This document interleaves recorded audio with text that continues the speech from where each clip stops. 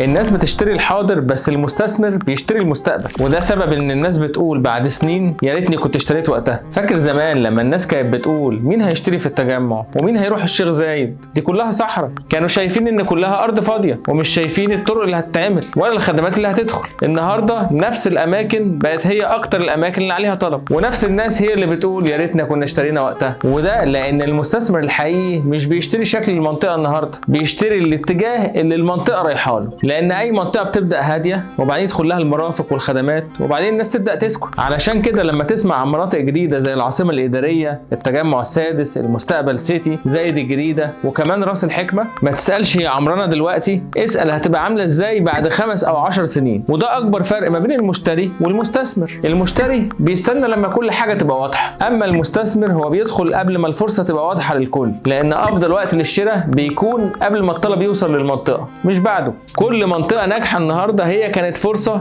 محدش كان شايفها امبارح، ولما تتعلم تشوف قيمه المكان قبل ما السوق يشوفها، ساعتها هتعرف ليه بنقول ان العقار هو الابن البار. وما تنساش تعمل فولو للمستشار.